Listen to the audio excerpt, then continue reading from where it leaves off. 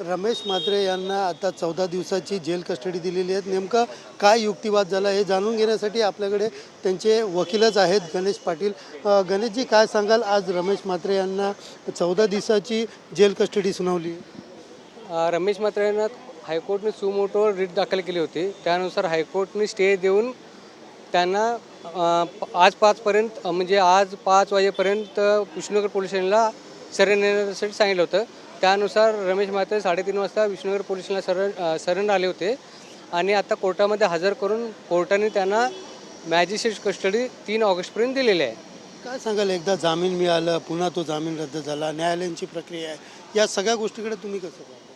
आता कोर्टाचे आदेश असेल तर त्या कोर्टाच्या आदेशाचं मान्य करणं आमचं कर्तव्य आहे. त्यामुळे आम्ही कोर्टाच्या आदेशाविरुद्ध काय बोलू शकत नाही. त्यांच्याशी तुमचं काय बोलणं झालं का? त्यांनी या विषयावरती काय सांगितलं का? कारण एका महिलेचा ज्या पद्धतीने डॉक्टरांना मारहाण झाली किंवा त्यांना त्यावेळेला काय नेमकं झालेलं किंवा तो वाद, म्हणजे जी व्यवस्था आहे किंवा आरोग्यसेवा आहे ती वेळेवर मिळाली नाही, यामुळे राग अनावर झाला का? काय नेमकं तुम्ही त्याबद्दल मी त्यांच्याशी बोललो नाही, त्याबद्दल मला काय माहीत नाही. या पुढची प्रक्रिया काय असणार? कारण एकदा जामीन दिली, परत ती जामीन आता रद्द केली आहे.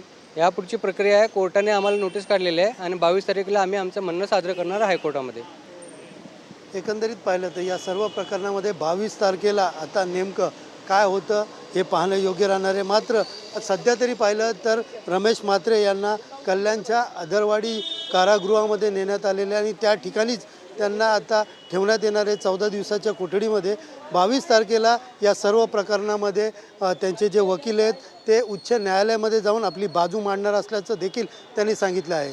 कॅमेरा पर्सन रोशनसह सुनील जाधव, TV9 मराठी, कल्याण.